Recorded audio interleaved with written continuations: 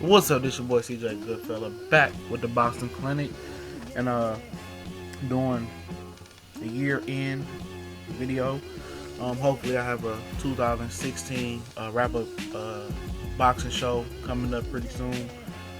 Hopefully in the next couple of days or the top of next year. But this is the boxing year in review. Enjoy the photos and the slides. I had a lot of good fights going on. You had, Wilder versus Spilka kicked off the year. Wilder with a big knockout. You actually had Andre Berto, Victor Ortiz too. Finally, you had a lot of good fights out there. Canelo, Khan. You had a lot of good fights, and Carl Frampton was the guy who stepped up and fought Scott Quigg and fought Santa Cruz. Big fights. Didn't fight Rigondeaux like I wanted to see him fight, but it is what it is at the end of the day. You had DSG, I think, fought 2 times last year. He fought Guerrero. He fought Sammy Vasquez.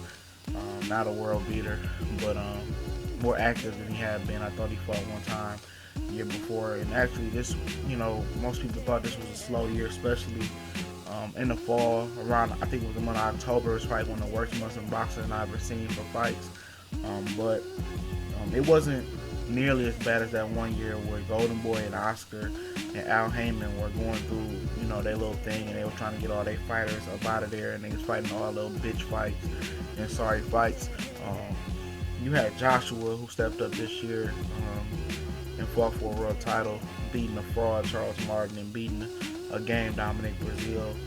In Canada 2017, he's going to be fighting Vladimir Klitschko.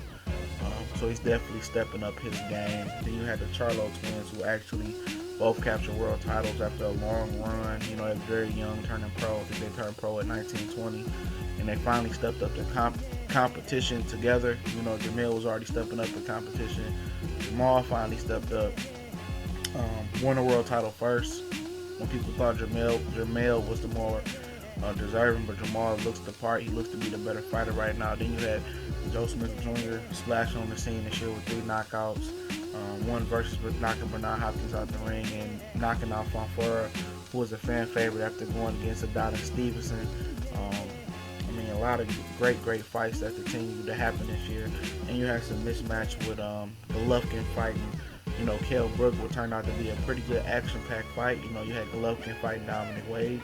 Hopefully Golovkin steps it up, coming on, this year.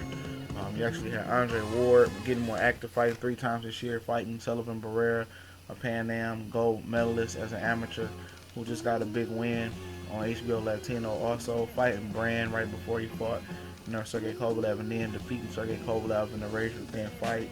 You actually had Kovalev fighting 3 times this year. He fought Pascal Ward, and he fought one other guy who's training with Roy. I forget his name. He's very awkward. You had John Molina scoring a big upset versus Ruslan Provodnikov the year before. He had a tough fight with Lucas Matisse. So 2016 was a decent year, and 2017 looks to be already better. And we can't end without talking about the Pac-Man rejuvenating himself and knocking down Timothy Bradley a few times, and knocking down Jesse Vargas. And Top Rank now want to stream their own pay-per-view fights. So we see how 2017 comes. 2016 wasn't the worst, wasn't the best. We've seen a lot of worse years, but it was very slow. But 17 is looking to take off very fast. This your boy CJ Goodfella. Guess what? We gone.